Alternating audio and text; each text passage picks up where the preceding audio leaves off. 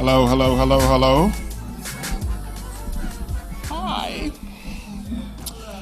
I want to thank everybody for coming out.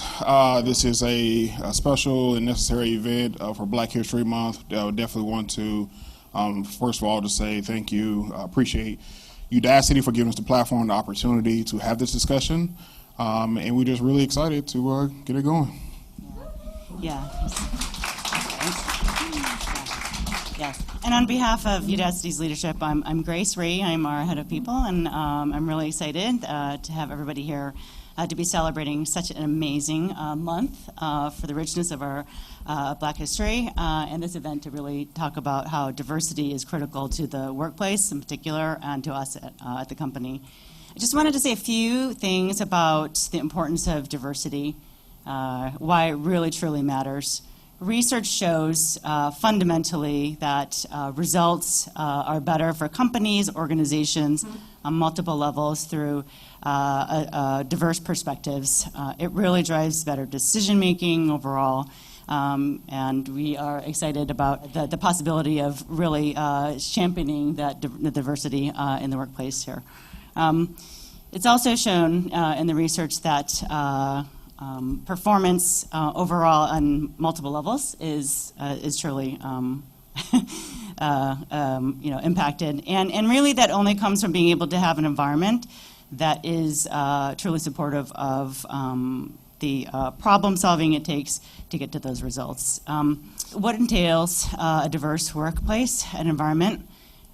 It's really the ability to be inclusive, bring out those perspectives in a way that is enabling of your authentic self. It's enabling of the listening and learning it takes to be able to understand that diversity and the different perspectives, and really own the fact that we all have our own unconscious biases, really don't always have the best answer ourselves. If you have too many like-minded people, you're getting to a place where you're unlikely to be making those right decisions. So excited, again, to be celebrating this event. We will continue with a lot of great diversity initiatives to bring to light all of everybody's richness of experiences and perspectives to Udacity. So thank you. Awesome. Thank you, Grace. Thanks.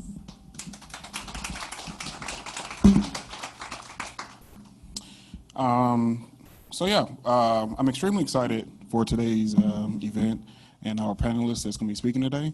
If I can be honest, I was quite nervous throughout this whole week and just kind of preparing for this. And I think one of the things that really kind of mellowed me out this morning, I took the time to watch Kobe Bryant's memorial, and just it really kind of reshifted my perspective of an opportunity to be nervous, because you have people, family members there that are dealing with really hard life things, not saying that we don't, but they're in the moment of it. And so that really had the opportunity to mellow me out, and that's why we're here also, is to gain perspective from other backgrounds, of other individuals, other perspectives, so we can hopefully realign our perspective to push an agenda forward.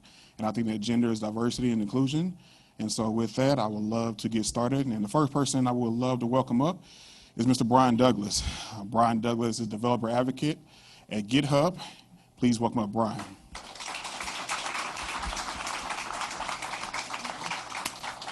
Pleasure.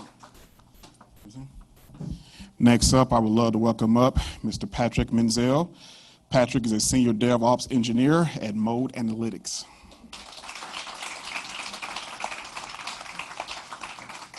Hey. Next up, I would love to welcome up Tiffany Dane.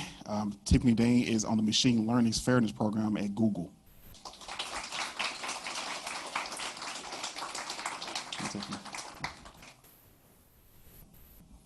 And lastly, I would like to welcome my friend Kyle Woom. Kyle Woom recently just left Twilio to focus on his own startup, Shopr.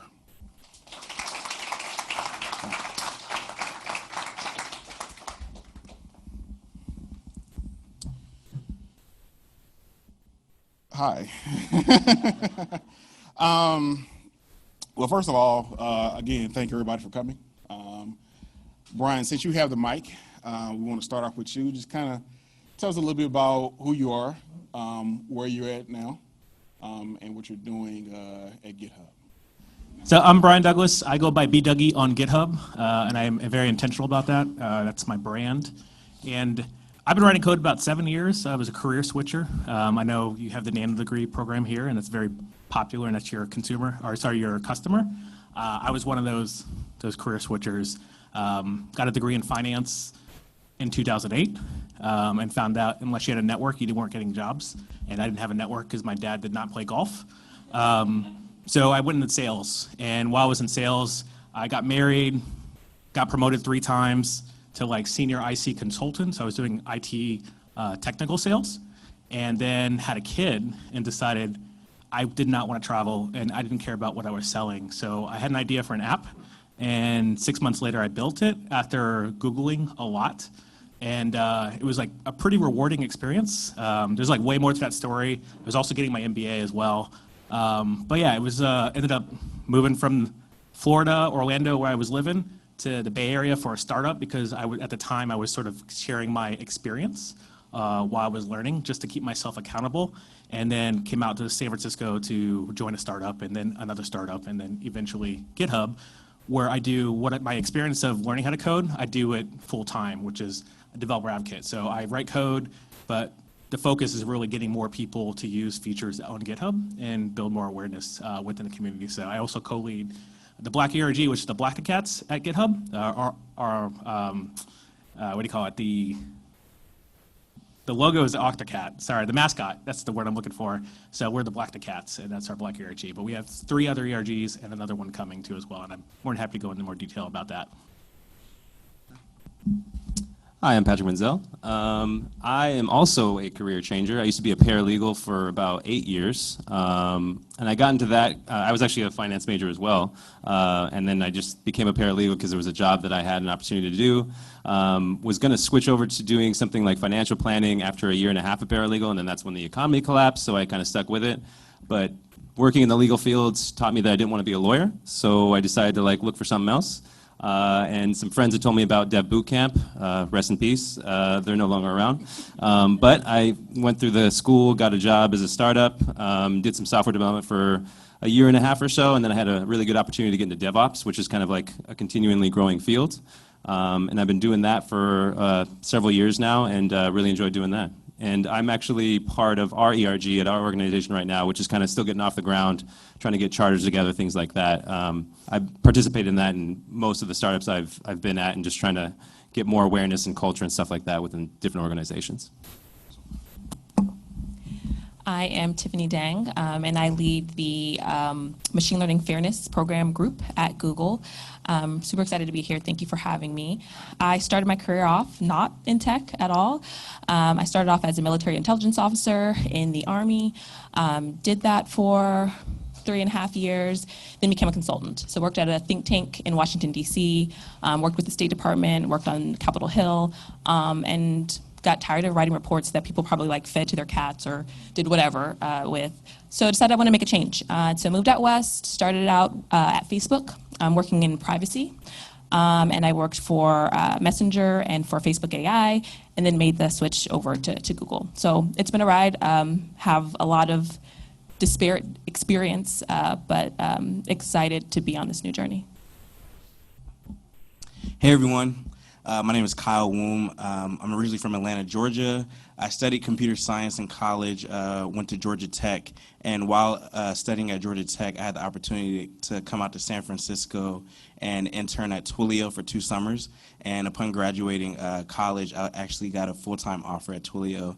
And so I worked there as a software engineer for almost 3 years. It would have been 3 years last week. But I left in December to start my own company. So now I'm a co-founder and CTO of a company called Shopr, which is essentially a personal shopping service. So we provide style recommendations for you and same-day delivery for clothes. So say, for example, you have an event to go to, a holiday party, you're like, man, I need a new outfit, but I don't have time. So that's kind of what we do. Awesome, thank you. So, Kyle, going back to you're from Atlanta, from Georgia Tech. Yep. I guess the data would show that's probably half of the conventional way to go to school for CS programming. What was your experience like going through that, and why did you choose to go through on the traditional route versus self-taught or a boot camp? Yeah, for sure. So growing up, so my parents, I would, I guess, classify growing up as lower middle class, and they knew about like engineering, but they didn't really know what it was. But like some of my classmates, their parents were engineers, and some of my parents, and they knew that engineers made good money. So they were like, we want you to be an engineer. It wasn't a doctor or lawyer for me; it was engineer. So my parents would look up different summer programs that would expose students to like what engineering is and all disciplines of engineering.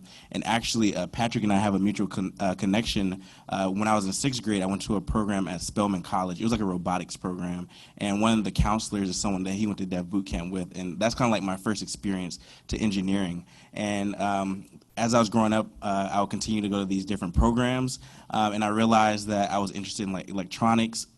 And like in elementary school, I think, is about around the time, elementary, early middle school, around the time like the iPod came out, and I was just like so fascinated. So when I went to Georgia Tech, and I did a summer program at Georgia Tech that summer, the summer after my 10th grade year, yeah. And I did a program there, and that's when I knew I wanted to go to Georgia Tech. And at the time, I thought a school like Georgia Tech was like out of reach for me, but I figured, why not apply? And during the time that I spent there that summer, I had an opportunity to like meet people that looked like me, and they were like very encouraging. They're like, you could actually do this, and I think that was very reassuring to see people like that, people of color, Black people that look like me at Georgia Tech. So when I actually came into Georgia Tech, I started off studying computer engineering, and then I realized like maybe within the first year and a half that the curriculum was very electrical engineering oriented, and I didn't want to do that. And I had a good friend that had an internship at Google after his freshman year, and I was like, wow, I want to do that. I want to work out in the Bay Area in Silicon Valley, and so I switched my major to computer science. And it was no easy feat studying computer science, even going the traditional route or non-traditional route. I think it's still like it's a challenge, something you have to wrap your head around. But being at Georgia Tech, I was able to find peers, have that support system, and so I stuck with computer science. And having internships also helped like me reassure myself and be able to see myself in the field that I'm in today. Patrick, you say you come from boot camp. Yeah. Why that route and not the traditional university? Well, I didn't have a background in CS because I had already gone through college for finance, and then I was in the legal field for a long time. But for me, I've always had a fascination with computers and like what they can do. I actually changed a federal procedure for the appeals court for using Adobe to do like something called deposition designations.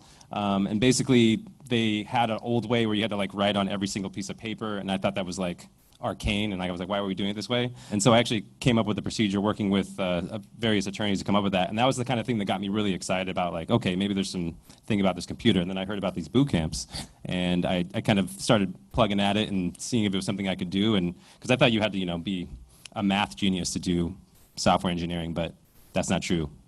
Definitely not true. And so, yeah, for me, it was a really good opportunity just to kind of like, okay, I can explore this thing. I'm a logical person. I can go about it. And I really got excited about the possibilities of it. And it's been kind of carrying me through ever since. Kyle, you said something interesting that, no, stay here. You said something interesting that, I'm sorry, I was rude. You said something interesting that you wanted to find more people like you. And it seemed like that was very important to you. Patrick, you have a very unique background as far as the way you was raised up. When did you ever take the interest? Well, can you talk about your background shortly and the way you grew up? Yeah. So I'm actually adopted, and I was raised by 2 white parents. And so most of my younger life, I didn't really have a lot of exposure to the plight that a lot of Black people experience. I never understood a lot of the racial issues that existed, and like it wasn't explained to me. But when I went to college, I got to interact with a lot of folks and have conversations, and from there I started to learn a lot about what that meant, and it became a lot more important to me. And then when I got into tech, it started to become very prevalent in my my work in my life that like this was kind of an issue and this is something that was going to be important to me. So that's why I've been active in doing ERGs and those types of things, because I didn't necessarily have a lot of that support when I was younger, just because my folks didn't necessarily understand those types of issues. And I don't blame them for that. It's just more of something that, when you grow up and you're treated a certain way and things like that, but you don't understand it. It takes some time to get to a point where someone explains it to you or you have more exposure to it that allows you that. So allowing other folks to know that your particular experience is not unique to just you and that a lot of people might experience those things, I think it's really important for sure. Tiffany, your background and the steps that you've taken in your career, is it safe for me to say in those rooms, not only where a lot of times you may be the only woman, but even more specifically, the only black woman in those rooms. What was that journey like for you? Because you're Army, correct? Yeah, so what was that journey like coming from the Army, working your way up to where you are now? Believe it or not, I mean, it wasn't that different. So, just to be frank, since the time I was a child, I've always been in predominantly white spaces, right? Being bused across the city to go to, other special schools, right? I ended up going to West Point for my undergrad degree, and that's a predominantly male and white space, right? And during the whole time I was a professional in Washington, D.C., that space was occupied with people that did not look like me. So it wasn't and hasn't been particularly different for me, but how I'm able to navigate it, the emotional intelligence I've been able to build up, the network that I've been able to surround myself with to give me strength and pointers to ensure that I'm also helping other people get into that room and have a seat at the table. I think those are the things that have changed specifically now that I'm in the tech world. And the problem persists in every sector of our economy and every sector of our world, really. And so it's just kind of enumerated the importance of bringing others with you, of leading with empathy and compassion, and really thinking about how someone else can be in the room as well with you. You mentioned emotional intelligence, and that was one of the things that I didn't get a great understanding of it until probably the last couple of years. Brian, you have a podcast, and I know a lot about your podcast talks about the mental hurdles with developers as well. Can you talk about some of those journeys you had to endure as far as your background and getting to where you are at GitHub? Yeah, so I was a career changer, similar to Patrick, and I didn't know what to expect by taking an engineering role. I also explored a lot of different white spaces growing up, and I lived in a white neighborhood, and we were the black family on the block. And I feel very privileged for that, but also I feel like I missed a whole another experience going to predominantly black schools. So one of the first things I did when I moved to the Bay is I started a podcast called This Developing Story. And what I did was I reached out to people I looked up to. And it didn't start out this way, where it eventually got to the point where I was just interviewing black males who were engineers and sort of trying to figure out, how did you know about this computer science thing? And I had no idea. Because I actually grew up with the computer in the house. I grew up tinkering, and I grew up actually writing code. But 100% of my college was paid for because I had good grades. But I chose finance because that wasn't the easier route, but it seemed to me like the safe route. It seemed like a very realistic, I didn't have money growing up, so why not learn about money and make money? It turns out I was very naive going into college, but I wish, in hindsight, 2020, so I could say I wish I had a CS degree, it'd be so much better for me. But my experience got me to where I am today. And listening to all those other black males, predominantly black males on my podcast, talk about their story and how they got there. One thing that I realized is no story is the same. So regardless if you went to Georgia Tech or if you got a finance degree, the experiences are actually quite all pretty different. Everybody had the path to realization of how they got there at that point. And that's one thing I took away from it. And that's one thing I really appreciate speaking with other people who look like myself and also people who don't look like myself, because I find that on paper it seems like, oh yeah, Stanford degree, yeah, that was super cool, cool story, bro. But I realized that it's way more to the story than anything. I went to through DevColor, which is an awesome organization for Black engineers in the Bay, as well as Atlanta and Seattle and New York. I went to see a movie, Star Wars, actually, when it came out, with nothing but Black males. And it happened to be one person from DevColor had his house that he went to Stanford in was a predominantly Black male house, and he just kept in touch with all those people. And like, I have access to all those people through this one individual who happens to be a senior manager at Apple. And I would have never imagined even moving to the Bay, having access to that sort of talent and be able to go to see a Star Wars movie, which growing up, like that's a whole nother thing growing up as a Black male. There's certain things you're not supposed to like. Like, I grew up watching Star Trek, and that was like a thing that I didn't really talk about a lot.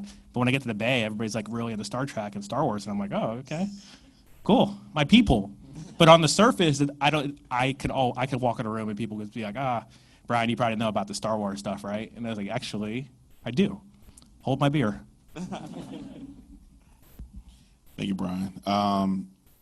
Still kind of diving on to the mental aspect of it. Kyle, you was an engineer at Twilio for 3 years. Yep. And you recently just decided to leave to co-found your own startup, which takes a different type of mental capacity. Why the timing of the leave, and what shift mentally did you have to make to put yourself in that position? Yeah, so for me, the goal was always to become a technology entrepreneur. I knew, like, growing up, that's what I wanted to do. Seeing all the, like, success stories of other successful founders, I knew that's what I wanted to do. And so I actually interned at Twilio for 2 summers, then I worked there full-time for almost 3 years. So I guess you combine that time, it was a long time. And, I feel like there came a point in my career where, and it's not like the company or anything like that, that I had just become stagnant, and I figured it was time for a new challenge. And I felt that it was like this was the perfect time for that challenge. I had been at Twilio for some time, and during my time at Twilio and being in the Bay Area, I've met like so many great people, very supportive people that have invested in me, mentored me. A lot of people that are like, venture capitalists or other successful founders, or just even people not even in tech, but, having that support network has really encouraged me to, or it's really encouraged me to like step out on that limb. And like for me, and I'm sure you all have heard the statistics, like most startups fail. And, that could very well be the case for me. I'm hoping it's not, but that could very well be the case. And, I had to put things in perspective and say, the worst thing that can really happen is I go back and get another job. And I'm 25 years old, so I'm like, I have another at bat. I have another bet on the table. I can still, bet and take another risk like this in the future. So, but with knowing that is really giving me a lot of reassurance. And then also another way I stay sane doing it all, like around about 2 years ago, I found a therapist out here, and so I go to a therapist like once a week, and it's been like a great experience. We talk about the entrepreneurial journey, like the struggles, things that are going great in my life, all those different things. So, but yeah, it's definitely unpredictable. No day is the same. Thank you. You mentioned that a lot of your journey, even your new path, is taking a community. One thing that the tech community has in the Bay is a low amount of diversity numbers. And so if you take the top 3 tech companies, from what I've seen, the biggest amount has been 3% Black as far as employee base that's at that company. Unfortunately, with that too, there has been several stories that came out about what Black individuals deal with at tech companies. I will also say, unfortunately, it's also been a low amount of stories that came out.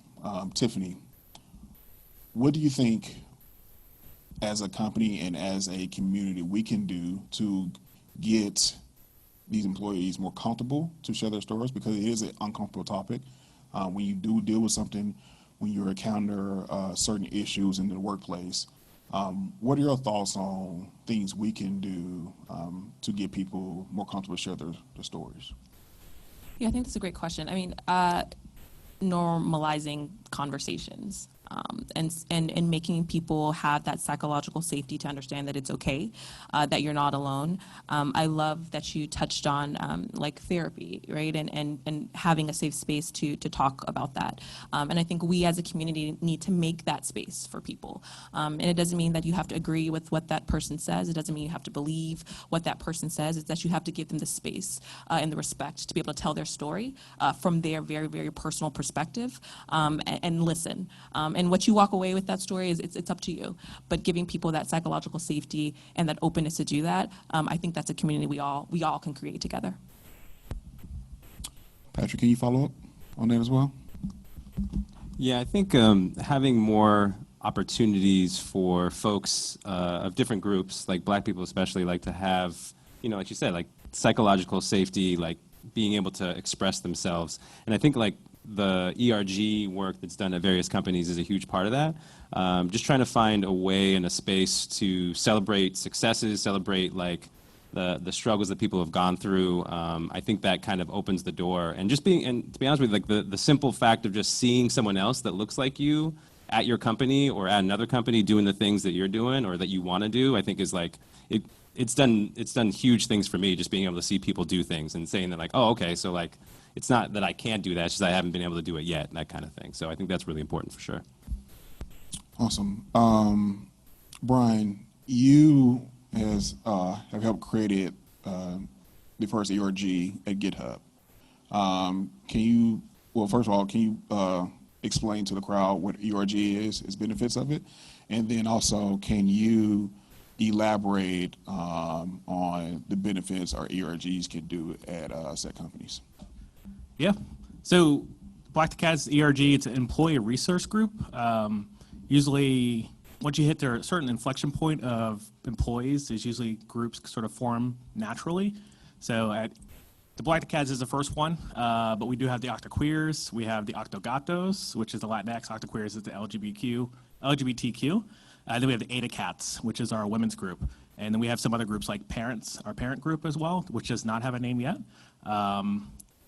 And the focus is really to find your people, because at GitHub, we are, at this point, 80% remote company, which means like it could be very lonely working at GitHub, or it could be. It isn't, because we have these groups. And back in 2017, so GitHub's been around since end of 2007, 2008.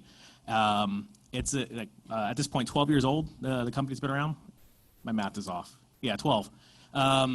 And in 2017, a couple Black people looked around at GitHub and said, "Wow, we can count each other like on one hand. Like we should probably create like a Slack group." At the time, we had Slack. I wasn't actually a part of this process. I came on a year later. But then they created the Slack group. Then they went to HR and asked, "Hey, can we get an official ERG group?" Because other like companies like Microsoft have been doing this for years. Like, let's just model that and then set up this group. And then there's like different levels of ERG. We've been talking to a lot of ERGs because we did a whole listening tour with a bunch of companies in the Bay, as well as we went to Atlanta to talk to some older ERGs, like with AT&T and stuff like that. And it really comes to differences like being able to have a budget and sponsorship. And there's a difference between sponsorship and mentorship. And I feel like a lot of people will get mentorship where like they have access to directors and VPs at the company, even possibly the CEO. But really what comes down to sponsorship is what you really want. And sponsorship not only means money, it means actual time and value put back into the ERG. So if you want to be out at Grace Hopper once a year in the summertime, at the end of the summer in Florida, to be with every woman in tech and all the important people there, then your executive team or your directors or VPs should be sponsoring your women's group to go out there. And that's like giving you the time or bringing people in. So there's been like a really popular, who's that? Nick Caldwell. He's been going around talking about his experience because he works at Looker as a VP product. And he's been actually giving back to our Dev Color group and talking to us about like how to get to a VP level and like sort of what the inside baseball is there. So like the value that I get from it personally is, one, I get to connect with people that I asked that same question when I was doing my podcast, like, how did you even get here? Like, what is the deal? Like, do you know how much they're paying us? Like this, all these random questions you can't just like out in the open just talk about because like all like, you know, political reasons or whatnot. But we're able to like talk to each other about salaries. You know, if that's okay in your company, it's okay at GitHub. So we talk about it and we compare notes. So when it comes time to review cycle, because I'm literally having my review with my manager next week, like I know exactly what everybody else is getting. I know exactly what their bonus structure looks like. Like I'm going to take that back to the table. And like this is like a good or bad thing. Like talked with your execs and your sponsors about this if this is a good thing. But GitHub welcomes it because it brings everybody to the right level in the playing field. Because I don't know how many engineers in a room, like GitHub has had issues with diversity in the past, and we wouldn't have, it's sad to say this, but we would not have the space to do what we need as an EUG if that didn't happen. Like it became a real problem at GitHub, and they wanted to solve that, like in a real way, which is why we have now almost 5 ERGs. And now we don't have diversity issues that we had to the tune of what we had 5 years ago. Now we're moving forward and looking forward, and we're supporting that. And like we're supporting the search for new VPs that look like me and new VPs that look like other people in this room. So if you don't have an ERG here, or if you don't have an ERG in whatever company you happen to work for, like what Patrick's doing, always bring up the question and always like have that concern. So we're always bringing people in the fold on a constant basis. Awesome, thank you. The topic here is belonging in tech, and I'm gonna leave this question open for the panel. What topics are not being discussed right now? You know, what topics do you feel like aren't being discussed or aren't being discussed enough? For me, I would say a lot of the topics that aren't being discussed enough, or at least one of the topics I would say is value. I can find that oftentimes, being the only person in the room or the only person on a team, sometimes like the value in your work gets lost. And I don't know, I don't want to say that's like always intentional, but everyone, myself included, we all have like these unconscious biases.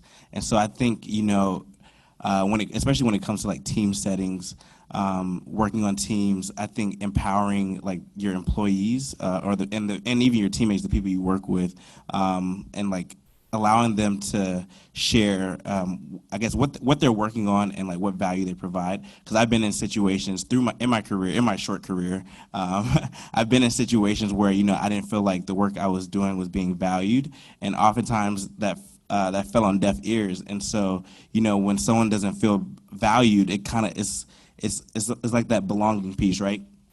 When you feel like you're working hard, but your work isn't being valued, it's like, do I want to be in a place like this?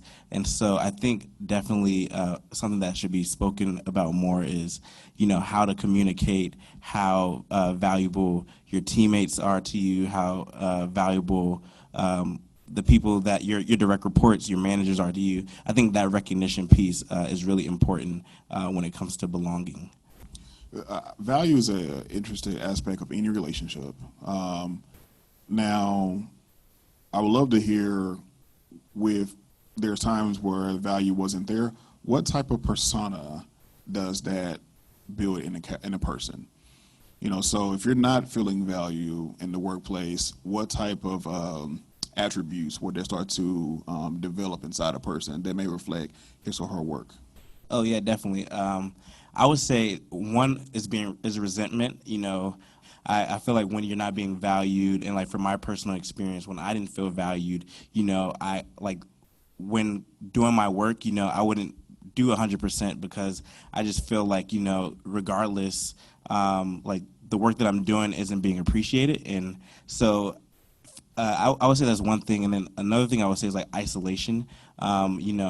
Oftentimes when it comes to, especially when this is coming from like management, you tend to like, isolate yourself, and you just want to do your job. You don't want to like, you don't want to have any conflict. Of course, there's always like a good way to like, talk about situations, but you kind of want to avoid conflict.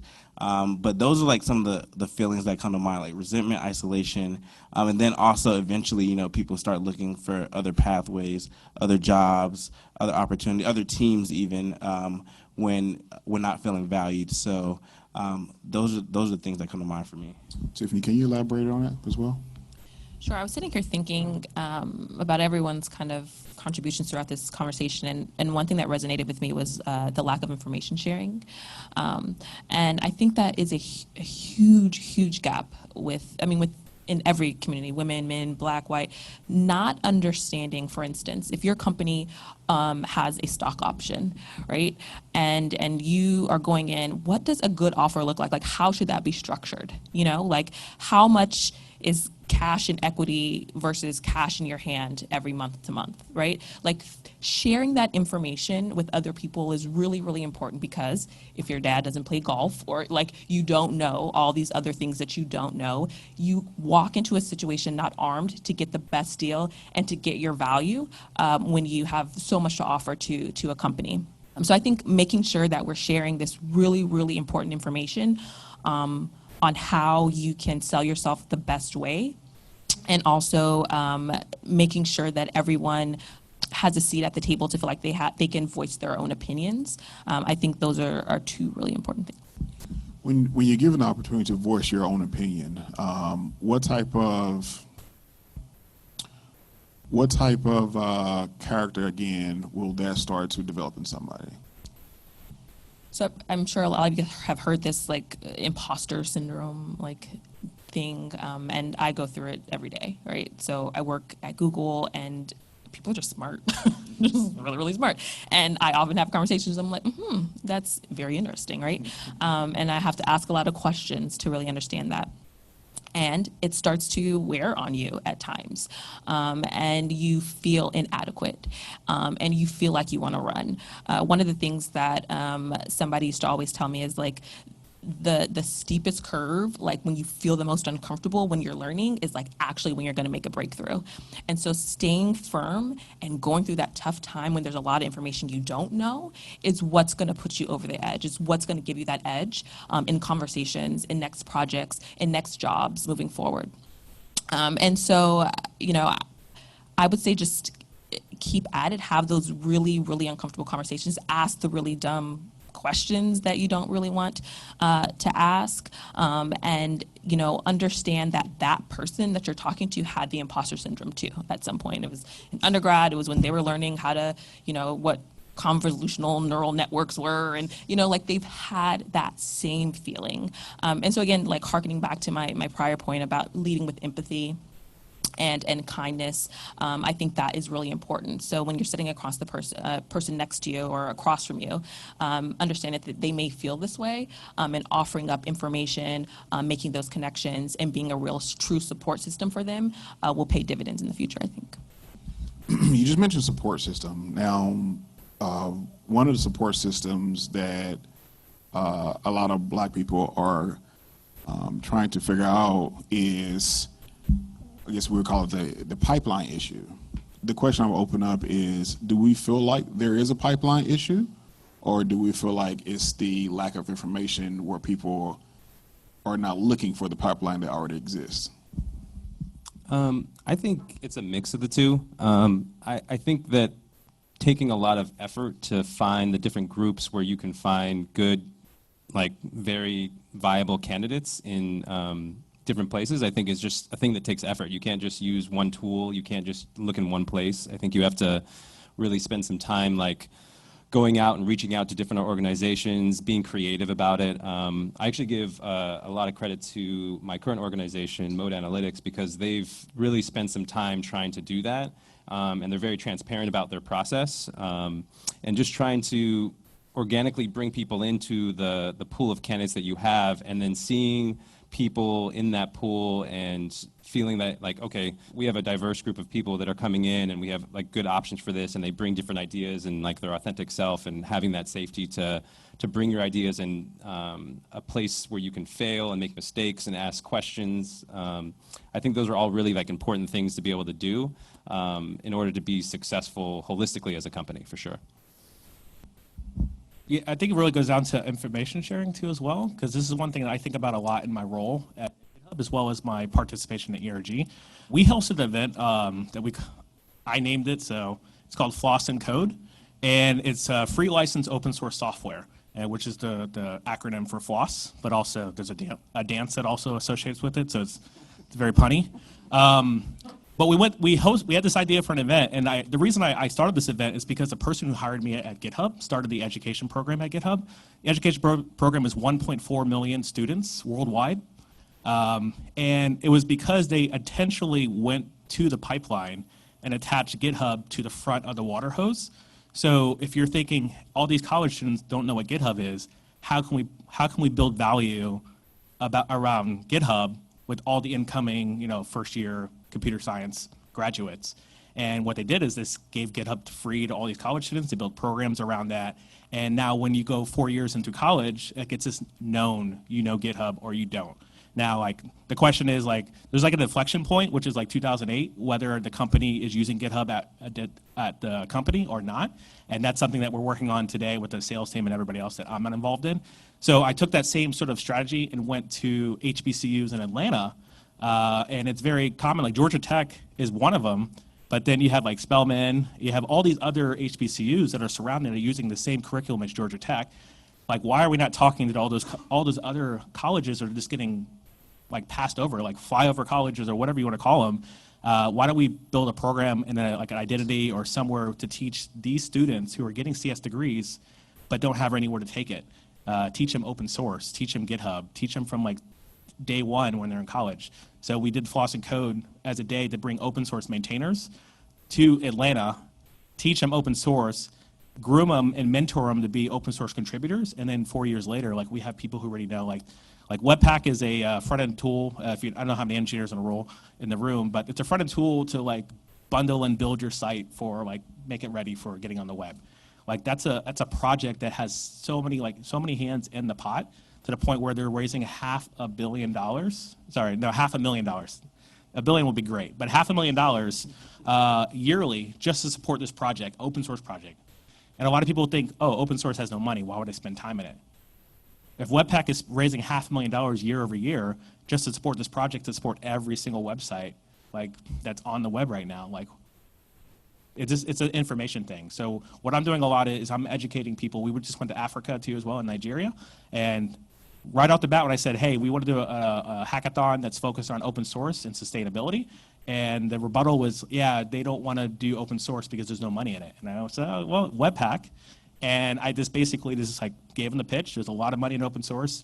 Companies like Udacity, companies like Google, they're all funding money back into open source, and then they're recruiting right out of it. So Facebook, popularly, they started their front-end JavaScript tooling, and then they started revamping the entire site, and then they started hiring everybody who was contributing in the open source, directly into Facebook, moving them down to Palo Alto, and now they're senior React developers at Facebook. And that was a pipeline that they created themselves that no one was paying attention. I was paying attention because I was writing React, trying to get a job down there, but it didn't work out.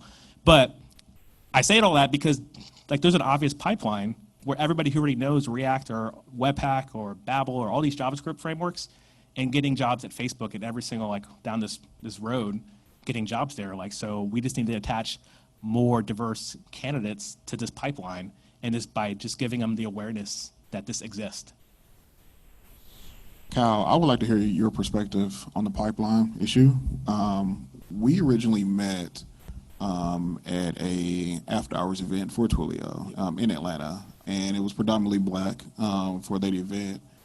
So I would love to hear your perspective on the pipeline issue. I personally don't believe there is a pipeline issue. So yeah, I'm from Atlanta, and Atlanta is a predominantly black city. So that's what you'll find when you go to Atlanta. But I would say when it comes to it, so when I was in college, I was a part of an organization called NSBE, National Society of Black Engineers. And so this is an organization, it's not only nationwide, but they also have global chapters as well. And this is they have so many engineers. They have a lot of engineering students that are part of NSBE. They have regional conferences. There's 6 regions in the U.S., and then every year they have, in the spring, they have a national conference where everyone comes together, and they have different companies come, sponsor. A lot of people get jobs through it, internships. And so that's a great way, I feel, to recruit diverse talent, especially, so yeah, going to these different conferences, so NSBE, Grace Hopper, also like organizations like we mentioned, Dev Color. Of course, I think the big thing is one, not knowing where to look. And then another, so like if say someone had never heard of these organizations and you're the first black person in one of these organizations or at your company, that's when people hear about, that's when companies become aware of these different conferences. So I think that's why also diversity is so important at the beginning like of a company, because when you're like a really big company and a multinational company, and then diversity is an afterthought. It's a little too late then, because like the numbers are already when you have 5 diverse employees out of like 10 versus 5 out of like a million. So it's like a numbers game. But I think I don't think there's a pipeline problem. I think it's more so knowing where to look, and also referrals. So generally at companies, like people refer their friends, and oftentimes, this isn't always the case, but oftentimes, your friends are people that look like you. So, I think taking any referral, 'cause I feel like, if someone's an employee at your company, it's like, how would you want to treat their guests? And so I think, when they have those referrals, even like giving, and of course I know interviewing takes time, that's time away from work. But I think in terms of building a diverse company, I think, say I referred someone I work at X company and I refer someone to X company, I would like to see at least, like say this person may not get the job, but I would like to at least see if they're qualified on paper. I would like for them to like at least get the interview. So I wouldn't say there's a pipeline problem, but I would just say knowing where to look is probably the biggest challenge. I would say too, I think perception is the other side of that coin. You mentioned Atlanta, and we're from there. The average salary of a black person in United States is $34,000 a year. The average salary for a black person in Atlanta is $66,000 a year. And a lot of that has to do because of perception. And when you see other people who look like you are succeeding at a high level, not only gives you the confidence, but it also kind of gives you the mental runway that if a set individual got there, I could get there too. Tiffany, one of your passions is, one of the things you want to do in life is to create technology and product to make it accessible for everyone. What does that look like? What type of effort does that take and look like from you as an individual and even maybe a team you're working with from top to bottom? Yeah, I mean, it starts with a diverse pipeline. It starts with a really open mindset. So what I think is, inclusive may not be what you think is inclusive, right? And it may not be what somebody in Nigeria or somebody in Mali or somebody in South America may think, right? And so it's important to have a really diverse perspective, and all of these things are super obvious. I'm sure that you guys have already thought about this, but for some reason they're really hard to do. For some of the reasons that Kyle enumerated, like it gets hard, and so I always tell people when I'm asked this question that it is actually up to you. Like you have to make the effort to go out and look at that extra resume. You have to make the extra effort to do the interviews. Put yourself, say, I will do the interview. When somebody is struggling a little bit in an interview, it is your responsibility to, give them a helper, right? People get nervous, they clam up. It's not that they don't know how to code or they don't know the answer to that question. They got nervous, right? So it is your responsibility to look outside of, that software engineer and say, this person could probably do it too, right? Let me talk to them. So it's up to each of us collectively to really think about those things, give people chances, of course not lowering the bar, but give people the opportunity to prove that they are worthy and that they belong and they can be there.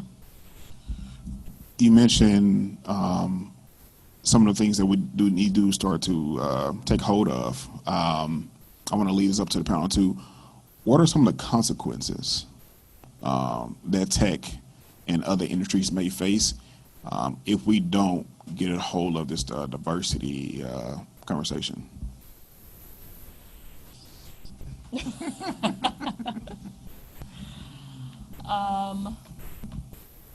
So I mean, I'm sure data is important. Data is really important. I sometimes also tell this anecdote. So I have a son.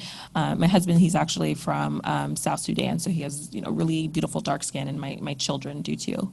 And he had this really nasty rash like all over him. And so I took him to the doctor, and I'm like, my son, he's allergic to something. And they're like, well, we don't know, we can't diagnose it. Like, we're not sure what this might be.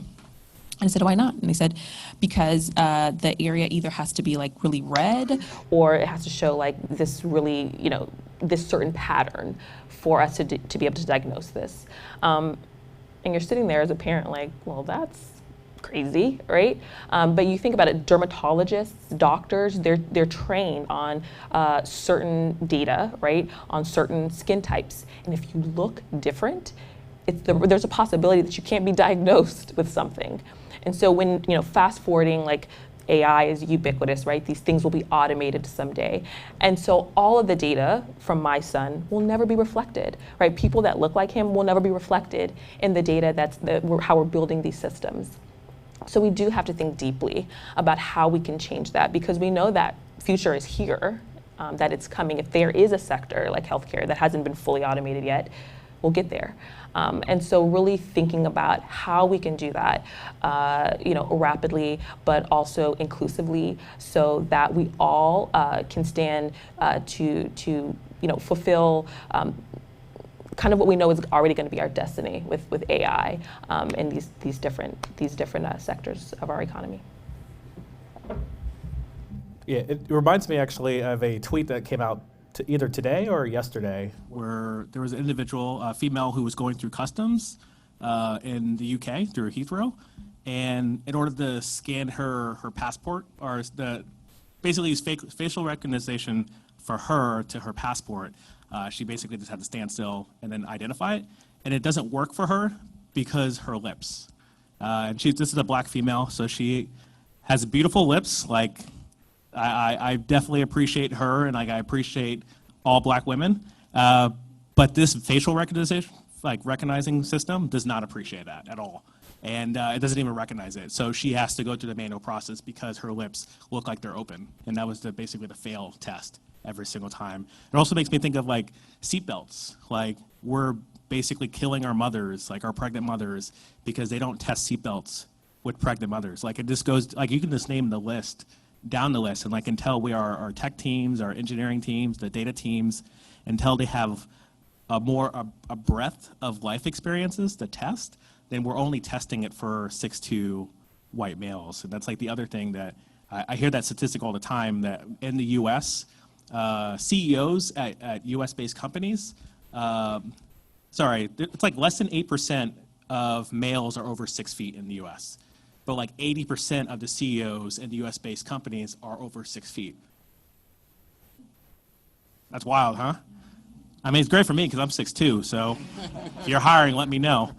But yeah, it's just wild that we could have that perspective, is like, oh, because you're tall and you're white, like you should be a CEO and you should climb the ranks. I also think something that translates well to most corporations is going to be that it's money. They're going to be missing out on money, because there are so many ecosystems within like different cultures around like ideas that haven't even been thought of yet, that I think we haven't tapped into, right? So I feel like there's lots of opportunities that still exist in the world if we get a more diverse group of people building these products. And I think that's just like probably the most straightforward and easy one for any company to understand. Just really quickly, going back to the dermatology thing, there's actually like a Twitter account and feed for people of color who actually have experienced this. And so like if you want to self-diagnose, you can go to this Twitter account and like scroll through and you can diagnose yourself that way, right? So anyways, just putting a period on that, Still bothering me. I don't know what he has, And I would say, I would just say, when it comes to like, having a diverse workforce, definitely helping like, bridge the gap between, the wealth disparity between communities. For example, me, going to college, had student loans, a lot of student loans, but like having the opportunity to work in tech, I was able to like pay off all my student loans.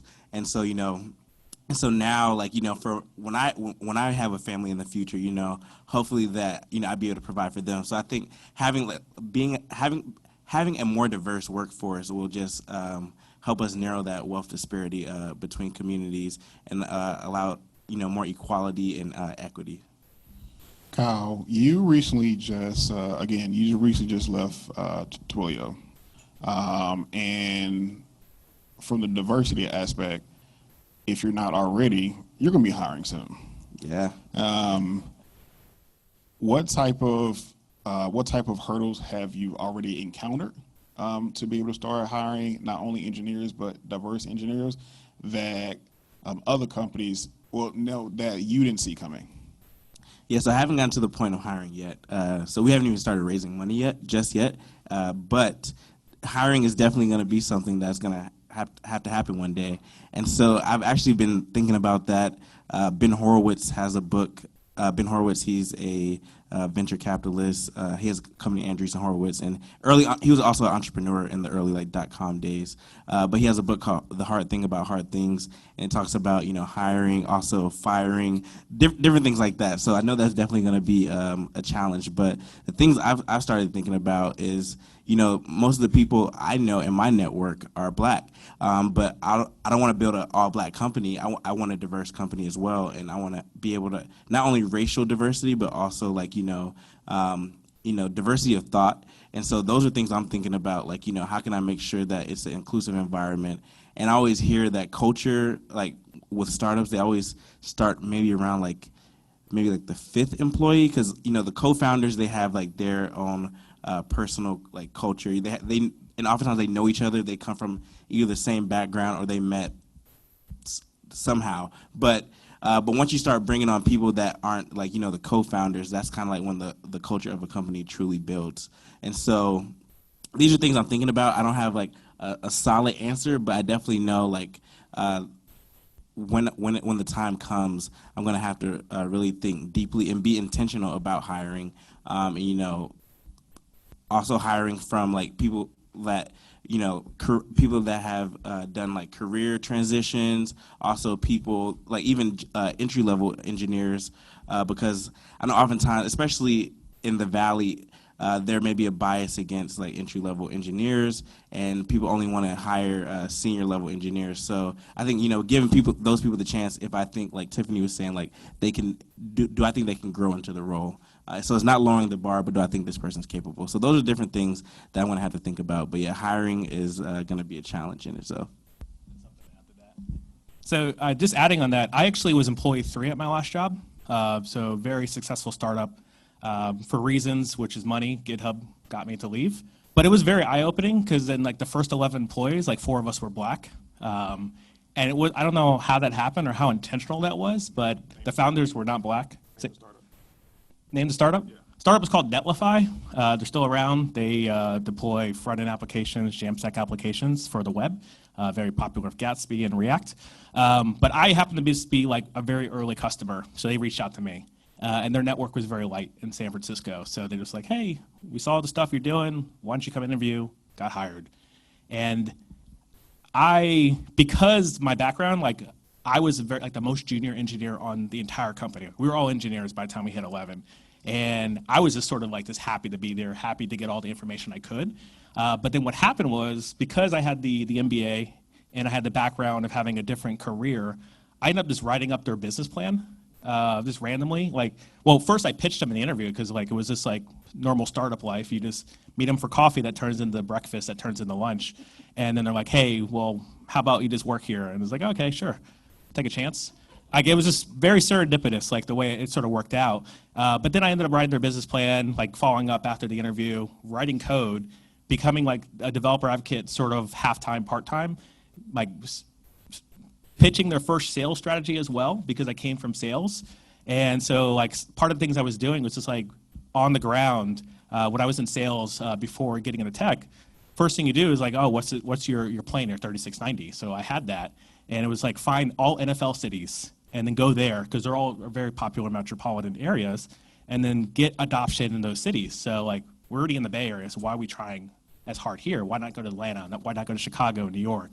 So that's what I did. I just started flying and doing conference talks at all these different places, to the point where 6 months later, I was a household name within the entire React space and within the entire JavaScript space. And then the adoption just started just cards just starting to fall, money just started coming in. And then at that point, they could hire a salesperson. But I just had the background that I could just apply to just my life experience that you would not normally get if I was just happened to just go to a normal CS program, learned how to write code pretty well, and then that like just ship code the rest of my life. Like, I think we're missing out on a lot of that if you don't look elsewhere for some of your early employees. Awesome. I love Netlify. That's why they actually mentioned that. So we're going to last question, then we're going to open up for Q&A. And I would like everybody to answer this. If there's one thing that you could implement to start these change, making people feel belong, diversity, if there's one thing you can implement and it can go into impact right now, what would it be? I would say so I live in Oakland, and there's like, it's a weirdness of like the school system. Like, I live in a very nice side of Oakland by complete chance. I don't know why. I just sort of was walking around, picked an apartment, and now I live in a house in the same area that happens to be a nice area. So the school I go to, the school my son goes to is really nice. And the rest of the schools are not. And what I would like to see is that instead of like attracting to like the Stanfords, to like all the MITs, like we start navigating to some of this pipeline that are like, you know, the Wichitas or like the St. Louis, like all the, I don't even know what the colleges are there. Like, that's the problem.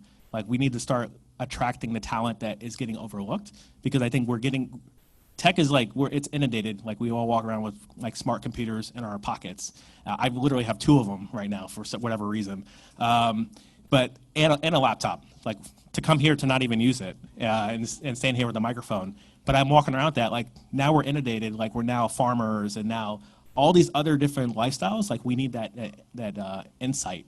So we need to start looking outside of just like the normal like metropolitan cities, and like also look elsewhere, like Brazil and Colombia, and like Venezuela is like, you know, in turmoil. Like, we should be talking to Venezuelans and seeing how we can fix that problem in Venezuela through tech, and hire these employees that are competent, just don't have access.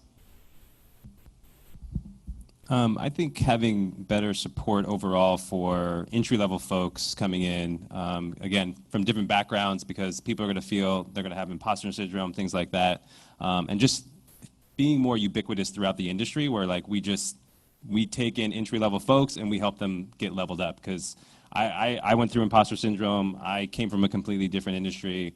And the whole time I was like, any day I'm gonna get fired. It's like any day.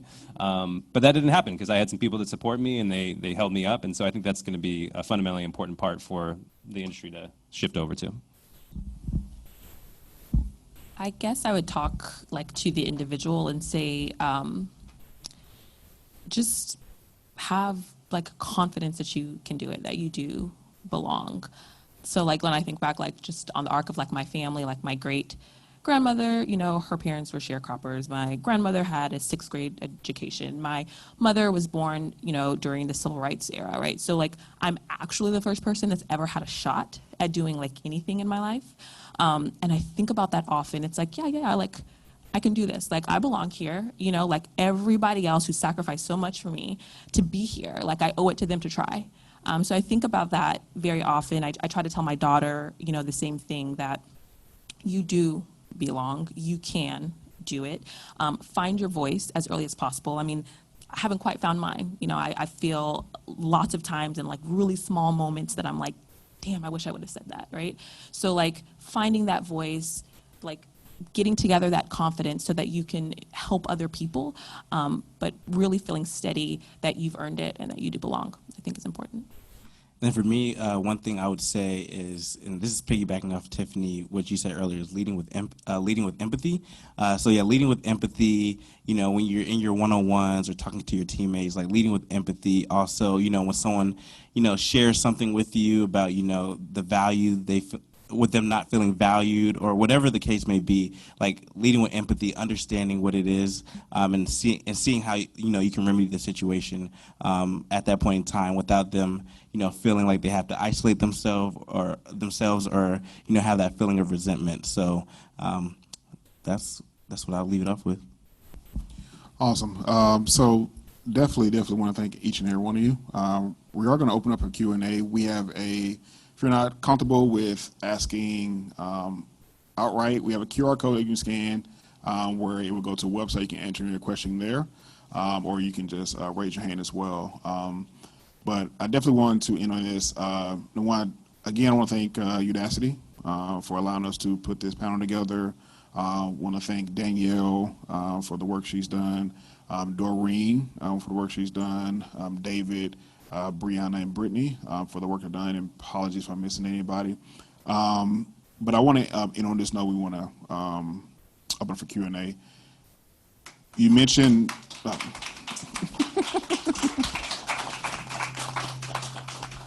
you mentioned,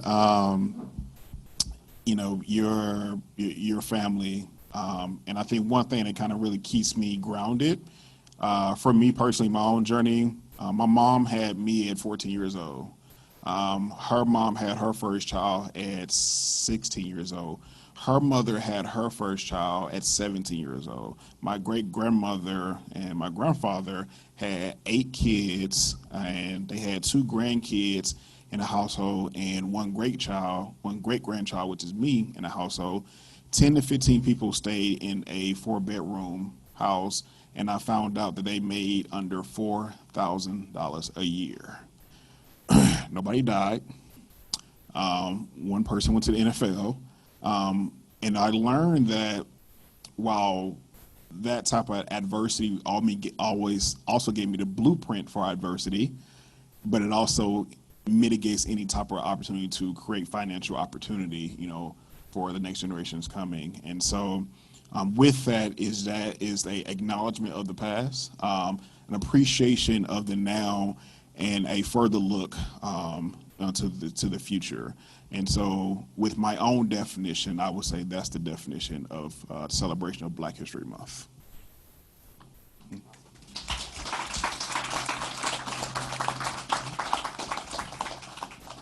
Q&A. The question was, can we think back to a time where we saw the first time we saw a person who looked like us, and how did that make us feel?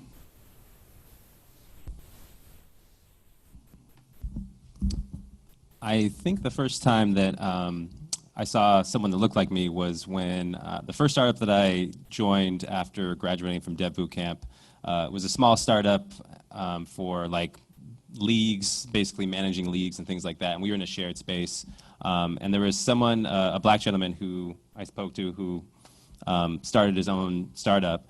And he's going after it. And like I had some time to talk to him a little bit about like how he got there and things like that. And like he just gave me a lot of encouragement about like, it's hard, but like you definitely can do it. And I think that to me was like something that stuck with me a long time. Like all those moments when you're just kind of like doubting yourself, you're like, no, I got this. It's good. I can do it. Yeah, so prior to being in the Bay, 0. I was in Florida. It's just not a thing. Like I have a finance degree, and there's a reason why. Could not think, other people I knew of, I was bringing up behind me. And that was at age 27, switching after having a successful sales career. Moving out to the Bay, it was almost close to 0 my first year out here. And that's when I was doing the podcast and actually started reaching out to Black males. And I was like, well, hey, I've just seen you on the stage over here. So I think primarily the first person that was an engineer at Eventbrite, principal engineer, switched over to Stitch Fix recently. But his name is Ben Olekwadu. He's Nigerian, and also in Florida, there's not a lot of Africans out there, so that's all like a whole nother continent for me. Didn't even realize that just growing up, and I was able to sit and talk to him and pitch him on coming on my podcast, but have a whole back and forth email chain, and also find out that he had kids too as well, because everybody I worked with in San Francisco in the startup I was working at, no one had kids. So I was the anomaly that had this 2-year-old that would just come in the office on Fridays and be like, yeah, my wife's just gonna go shopping, and cool if he sits here, and it was not a thing, and even with benefits, so asking those questions, I got severely underpaid when I moved to San Francisco. I got severely under equitied when I moved to San Francisco, and all that information I didn't figure out until I started asking those questions and seeing people and finding that comfortable face to ask those questions, because otherwise I was thinking, oh man, this is nice. 5-figure salary in San Francisco? All right. That's low, by the way. I remember very distinctly the first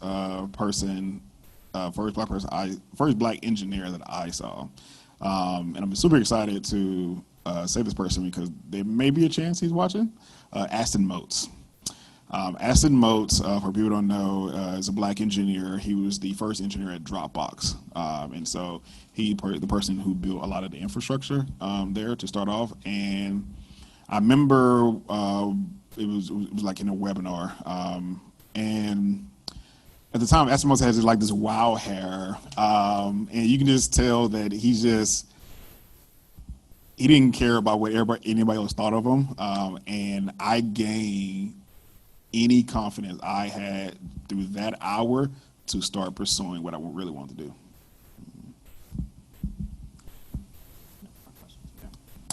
We got. I will say this though, I am like really in awe of all of you gentlemen up here, like seriously, because it's something that I never see either. And so you guys doing what you do, like I'm really, really in awe. So thank you for smashing all those stereotypes and doing an amazing job at it. The question is, as a hiring manager, what is it that he can do to help lower imposter syndrome for a person that comes from a different background or different education as they get here in the new role? That's a great question.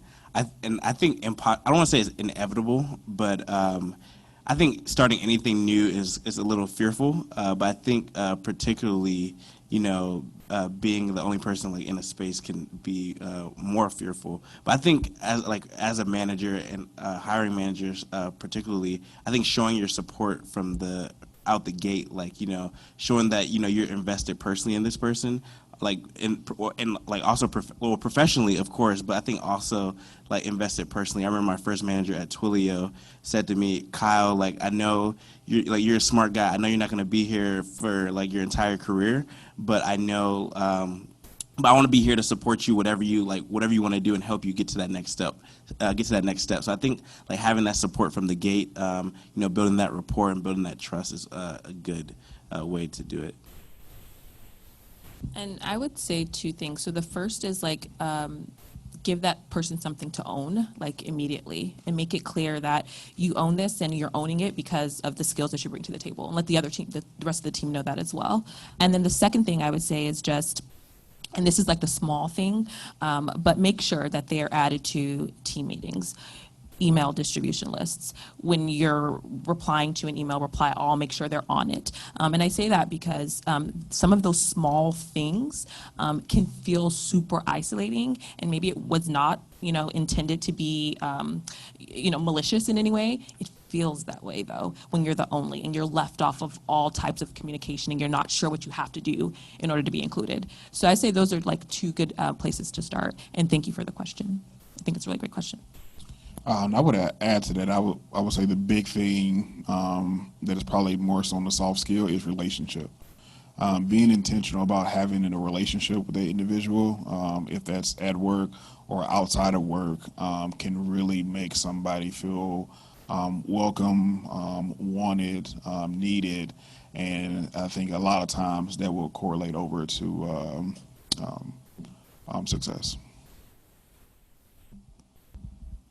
Yeah, I'd echo what Tiffany just said, making the space for individuals to contribute as well. I had a very real experience where there was a black female on my team who I could say something right after they said it, and I would be heard and they would not be heard. So this is more of a gender thing and a gender problem, but having that, being prepared with meetings, being prepared to take feedback, and having the proper forum for giving and receiving feedback. Because there are very, especially in engineering circles, there could be one or two people in the engineering sync that just own the meeting, whether they're management or not, and being able to mitigate that where everybody feels like they have a voice on the team. So that's again, going back to, I always value prepared meetings. So everybody provides, if it's reviewing a pull request, everybody gets a cycle to review the PR, and we're not doing this live in person. So that way only one person can speak up and everybody else just has to listen. Yeah, no, I think it's really important, and only up until recently was I even really comfortable to even share about it, because there are those stigmas within our communities about going to therapy, showing your emotions and all those things, and so I think that it's so important to be able to normalize it. And I know when I was working at Twilio, I would go to therapy every Wednesday at noon. So I would go like kind of during lunch. And so the team, oftentimes they'll either go to lunch together or they'll like go like to a restaurant. And I know one time I was in the elevator and they're like, "Oh, you're not coming with us?" And I was like, "No." And they're like, and my manager knew I was going to therapy. And it's not like there was anything wrong with me. I just, going to therapy. And I think that's another thing too, is like people feel like something has to be wrong with you to go to therapy. But so we were in the elevator and a coworker says, "Oh, you're not coming to lunch with us?" I was like, "No." He's like, "Where are you going?" I'm like, one, it's not your business. But two, I'm like, and I kind of hesitated. I was like, and I was like, "I'm going to therapy." He's like, "Why are you going to therapy?" And I just kind of like stopped, and there's a trans woman on the elevator, and I know her, and like we know each other very well, and she was just like, she stepped in and she said, "I've been going to therapy for 5 years," and like her saying that in the elevator was very like reassuring, and I really appreciated her for that, and he kind of like the guy understood, but it was just like an awkward situation, and so I think it definitely needs to be normalized. Yeah, I'd add too, I've been seeing a therapist for 9 months as well, and I feel like having that place to talk to somebody, because like I have a partner, I have a wife at home who I could talk to on like a level and I could get the empathy, but she also is not in tech. So she doesn't know the pressure to constantly ship and always have something like moving, the VC back startup like life. So like being able to find like the normalization and like talk to someone who has a baseline to talk to other people about this, like I don't want to fizzle out of tech and be another like statistic. So therapy is my outlet to talk through and like make sure that I'm normal on a day-to-day basis. Yeah, I've actually been seeing a therapist for about 4 years, and the reason I started doing it was because of a mentor that I had in tech. They just talked about it openly all the time. There's like, "Oh, I gotta go, I got my therapy appointment," and they didn't make a big deal out of it. They just talked about it. And I think that sort of thing it can lead a lot of people to be like, "Oh, like some people have therapists and some people go talk to therapists." And I think normalizing it that way is like really, really important for sure. Like just to echo what he was saying for sure.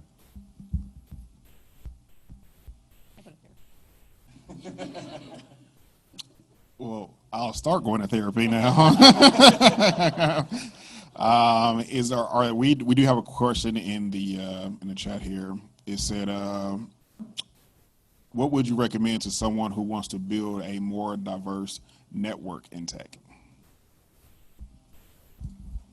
So one of the first things I did when I joined tech as an engineer is I followed I was writing around Ruby code, so I followed the top 100 Ruby. I just found like a blog post that had the top 100 Rubyist, and like it changed my entire perspective of like normalizing like my intro to tech.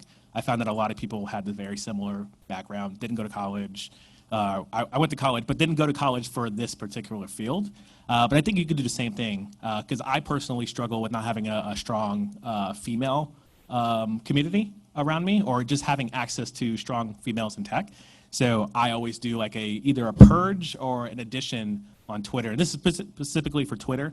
And it could be anything else too as well. But I just add a bunch of females that I look up to and respect, and make sure that I am there and championing them and supporting them. So that way we're on the same level. We can be friends. We can talk at different conferences, and like I'm a familiar face and not like a dog trying to bark at a conference at the only woman. I was gonna say recently, this is something I just found out about, something called lunchclub.ai. There's a bunch of people on the platform, and pretty much, and my first meeting is actually tomorrow, but they pair you every week or whatever cadence you want to meet up with someone, and they pair you with someone different, and pretty much you can put like your interests, so like say for example it's tech or anything outside of tech, and it's a way to connect with like diverse people. So tomorrow I'm meeting up with someone from Stitch Fix. I think that's really cool because like my company's like apparel retail related, and so I think that's another way to meet up with people. And I think also like meetups, I think that's another great way to meet diverse, like if you want to like grow a diverse team, meetups in particular. Yeah, just different meetups. Yeah, I'm mostly similar to what you said. I kind of follow people on Twitter, and I really seek out folks that I like relate to, people who look like me, people who believe in things that I do. And I think that leads me to find different organizations that they champion or whatever it might be. And I think that helps me find a lot of the community that I look for. That's part of the reason I found like DevColor, but it also had to do with some folks I know at work as well. But those types of things and starting those conversations and building those relationships are a part of it for sure.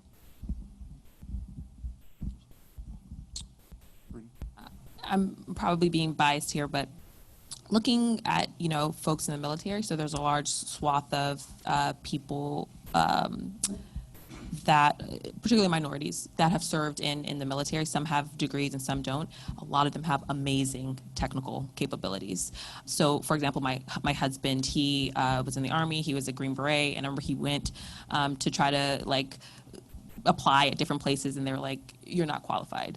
But he ended up working at Amazon, and he's actually now at Google, and he has amazing skills. It's just like not super apparent. Again, not a plug, but Google does have a translator for skills, right, that are outside of the norm. So you can see how people may map in, you know, different domains to like some of the skills that you're actually looking for. And I think a lot of it too is just like, again, looking at some of the soft skills that people may have, like actually reading, you know, down more than 3 bullets on a resume to see some of the past experiences people may have, and really learning how to read between the lines and match up those skills that aren't so apparent. And I'll also say partnering with organizations like DevColor. I know they have like corporate sponsors, and I'm not sure exactly what comes with the sponsorship. And I know there's different tiers. So like your organization could like sponsor like these partnerships with organizations like DevColor, NSBE, National Society of Black Engineers. I think that's also a great way to get FaceTime with candidates. So not only do they like give you like a resume book, but they also give you like in-person opportunities to network with members of their organization. Am I correct in the nano degree, is that the original thing that came in partnership with Google or influenced the curriculum? Am I thinking the right thing? Yeah, so like things like that really help when you go to the communities and provide that. It should be an investment. So like if you have curriculum to get engineers jobs, then that curriculum really should make sense to get engineer jobs at Udacity. Because I think GitHub does this where we don't actually interview you on GitHub skills. Like we just assume you'll learn that when you start. And it's not every developer knows what GitHub is or how to use it, which is totally fine. But we also do make sure we do a good enough job of getting in all the colleges and getting in communities to also make sure that GitHub's just like, don't even ask that question, because why would you, like, people do apply not knowing what GitHub is, that's totally fine. But like we just assume the knowledge, and we assume within your first onboarding week, like you'll probably already know what that is. So going back to also like we're in the curriculum for Ruby on Rails, we're in the curriculum for some of this JavaScript stuff. Like maybe GitHub's not a great example because we're just everywhere. But I would say like this being in the community and providing that sort of information. I'm in conversations with the head of computer science for high schools in Oakland. So it's just one guy apparently, yeah, because you know, public schools, there's not a lot of money into it, so one guy manages all the stuff for Oakland. And, but yeah, just one conversation with one person to hit every school in Oakland. And like, if you want to look at zoom it out, like obviously apply that to colleges if you want them job ready. Any more questions? The question was, what is the attributes to be successful as a Black person in tech? So growing up, and I don't know how it was for everybody else, so you can speak to it, I was told I always had to be better than everybody else. Not that I had a chip on my shoulder, but because I had to try harder. So whether it's like accept a B+ or get the A-, like it's getting the A-. And it's always achieving to get that extra step, because when it comes to, I've literally looked at 2 resumes and talked in a hiring committee and like seeing the diverse candidate and seeing the non-diverse candidate, and they both match. And I see the bias within the hiring community. Like this literally happened recently. And like my stomach just drops because the diverse candidate was missing one skill and then the non-diverse candidates happen to also have all those skills and come from a top-tier company and have all the background information that you need. So it just comes down to get the A-, and you can't settle for less. You always have to strive, and to a certain point, like, be okay with saying yes to even the stuff that people will say no to. So like, I spent a lot of time doing CSS. I don't like CSS, but there was a role for me at a job. I did it. It was actually my last job. I was the only JavaScript developer because I was okay with writing JavaScript. Everybody else wanted to write Go and C++ and all this cool stuff, and I was writing JavaScript. And I made a way, and I am successful, and I think I'm successful. I have a career because of that. I would add to that. I would say that I would think the attribute to be successful as a Black person in tech, I would probably say emotional intelligence. Unfortunately, at least for an extended time period, you're going to just deal with certain things that you can't avoid. And understanding that, for me, example, no matter where I go, I'm the big Black guy with the beard. What comes with that is I cannot show emotion, because if I show emotion, then I'm immediately threatening. And so I had to learn how to balance the opportunity where I am angry, which is a human reaction, where I am upset, which is a human reaction, but also balance and take the time to either take the energy and put it elsewhere, or communicate properly to the person or the thing that I'm angry at. And I think all of that came with a lot of failure to get to emotional intelligence. All right. Any more questions? So I had the opportunity to meet in New Orleans last week with every Black employee at GitHub. It's one of the benefits of being a part of ERG and having sponsorship, and they sponsor us to all meet in the same place. And we talked about the concept of code switching, and like, we were not code switching there. Like, we were full Black, and like, I don't come from a full Black community, and they were getting me to do stuff that I didn't even think I had in me. But with that being said, I can't act my full self amongst my peers at GitHub on my day-to-day job. So does it get tiring? I think from that conversation, yes, it gets tiring. Having to always, make sure your grammar is right on, like, tip-top shape. If I fat finger something, it's going to look like I'm typing in Ebonics, which I'm not. It just happens to be auto-corrected, and like, I have to go and backtrack and explain that. Like, but also, I come from a place where, like, I am always amongst my white peers. Like, I know how to act and like get support amongst my white peers, but when I'm amongst my Black peers, I act differently, and it is tiring. And I wish it wasn't like that, but there's like a certain expectation. Like, as you mentioned, like, I'm over 6'2", like, I'm 235, and like, though I did not play in the NFL, like, people have an assumption that, hey, you hoop, and like, yeah, I do hoop, but not right now, and so like, I have to go and like take the subtle, like, it's like the death by 1,000 cuts. Like, if there's like a subtle, like, racist remark that's not really racist, but it was, but I can't tell you it was, then I just got to take it in stride and be like, yeah, let me just write this down for HR, and just build these up in like a database, which I highly recommend you do.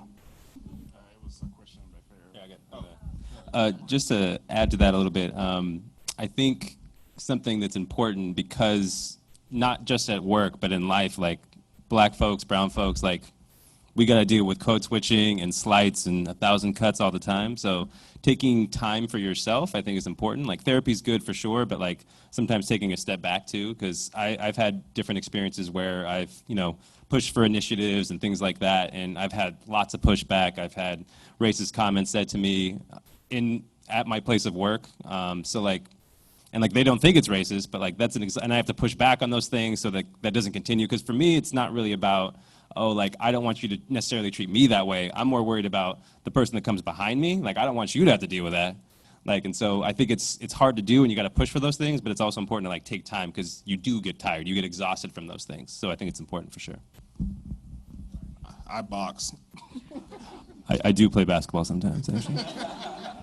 So my company was purchased by Microsoft, so I look at my stock portfolio, and that keeps me going. And I'm being real. Like once I paid off all my debt last year once we were acquired by Microsoft, and like I don't have to be there, but I will be there. And then when it starts to get to the point where I don't need to be there, like let me know if Udacity's hiring.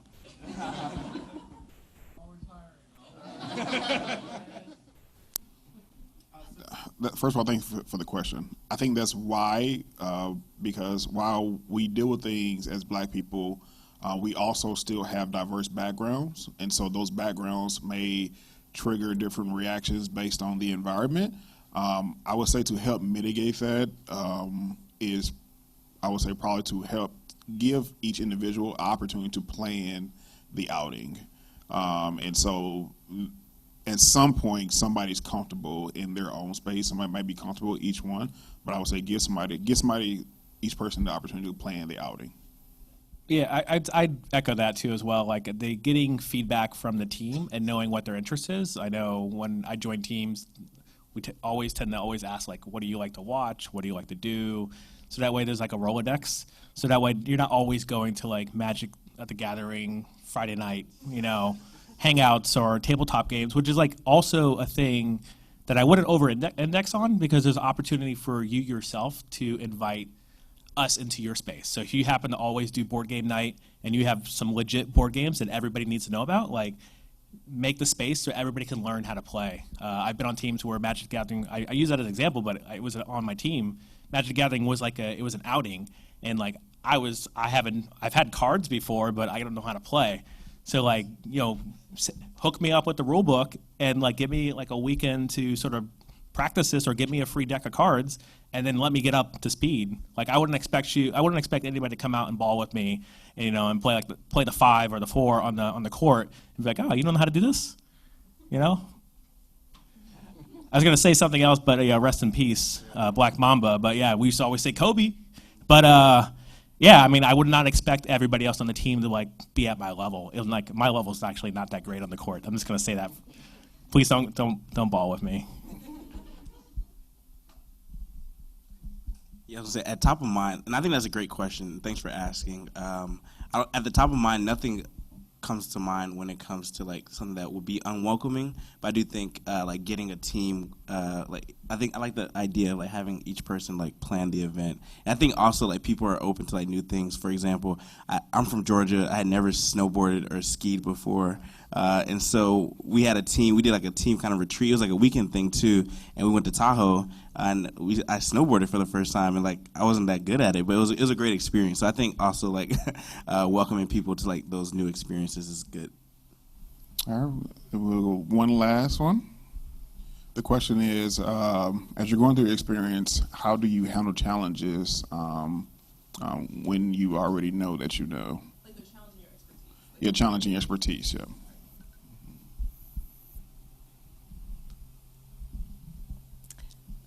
That's a good question. It's a hard one. I think that we probably all have experience with. The technique or tactic that I always use is to calm down, like myself, and then try to calm the actual situation and just speak in facts. That's what I do. Just like factual. This is what it is, this is how I know, right? And always making sure that you're connecting the dots, whether it's through data, through like whatever means. But I think the key is to like try to calm the situation and speak very directly. And then the other thing that I do often is I give like unsolicited feedback, right? So going back to that person outside of that situation and telling them very frankly and directly, like, this is how I felt when you did this. You did this thing, this thing, this thing, which I found inappropriate for this reason, this reason, this reason, right? So that they have that direct feedback and they can never say that they didn't know. And tell them what you expect in the future. Like in the future, I would expect that we have these types of interactions. And that's hard for me to do because I'm kind of a conflict adverse person. But I do it now because I felt that I've seen it makes a difference. And if you let it slide, we all know what happens next, so. Yeah, I think taking from past experiences, I've realized that I've gotten a lot better at telling my imposter syndrome to like shut it.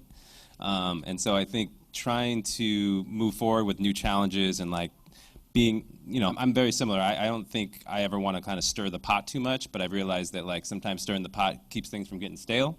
So learning how to do that and exercising those skills, those soft skills, and how you communicate things, and navigating politics and stuff like that. Because I think very early on in my career, just like trying just to do the work and do it well was like the focus. But now it's like, okay, should I be doing this specific work, and like thinking of things holistically and taking from that experience and like addressing challenges that way, I think is the thing, how I continue to move forward and get better. And just, I'm sorry to follow up. I was listening to this talk, and I can't remember this woman's name, but she said, I've gotten really far, like I've accomplished a lot by playing really small. Like doing the things that I'm asked, doing them really, really well, and I've accomplished a lot in my life, but like this next part, like I'm just gonna swing big. Like I'm just gonna do it. And I think about that often too, when I come up against that pressure. It's like, generally, you would just play it cool, right? Or play it straight. But it's like swing big, right? Like when you know, aim for the fences, Yeah, it's something I've been challenged with in the last year or two as well, because I've got to the point of comfortable at GitHub for reasons I mentioned before. So I tend to push back. I also I like to keep a list of my accomplishments. I've talked to a lot of Black members, employees at GitHub, and we all agreed unanimously about the fact that we don't do enough self-promotion. So there needs to be a list of your accomplishments, and you should keep those close to the vest at all times, because people will question your work and your effort and your bandwidth or whatever. Everything gets questioned. But when I come through and say, actually I'm shipping this and that and that, and this thing happened, and here's the actual key results from that objective, then we can set the objective up front. But if you're questioning me on I'm shipping something very big tomorrow, there's no question. We came up with the goals. Let's ship.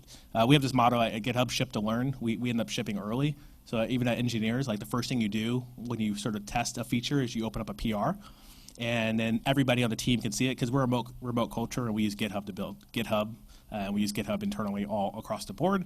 So if you're working in your silo and working from home, no one's going to see what you're doing. So you got to put it up there as soon as possible, even if it doesn't work.